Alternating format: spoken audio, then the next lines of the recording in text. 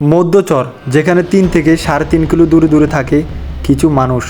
এখানে ছোট্ট কুটুরি ঘর বানিয়ে তারা এখানে বসবাস করে। আমি চলে আসলাম খড়কুটো দিয়ে ছোট্ট একটি বাসায়। তার মুখ থেকে আমরা শুনবো তারা এখানে কি করে আসলে। মানে এই মরুভূমি, এই পরিবেশে আপনারা এখানে মানে কি করেন মূলত? এখানে আমাদের জায়গা সম্পত্তি আছে। এখানে কি আপনারা চাষবাস করে খান নাকি? মহিষ আছে, গরু আছে। আপনাদের অরিজিনাল বাসা কোথায়? নোয়াখালী, লক্ষ্মীপুর, চররুইতে। সরিতা।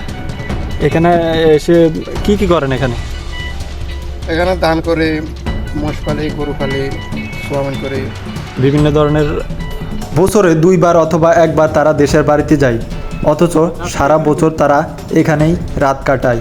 গরু, ছাগল, মহিষ ইত্যাদি পালন করে তারা এখানেই সারা জীবন বসবাস করে। তীব্র রোদের তৃষ্ণায় আমার গলা প্রায় শুকিয়ে গেছে। তখন তার কাছে আমি কিছু পানি চাইলাম, তখন তিনি আমাকে পানি খাওয়ালো।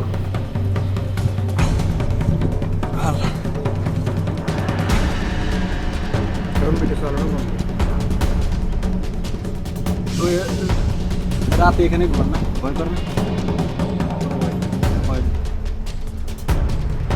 বিভিন্ন ধরনের আছে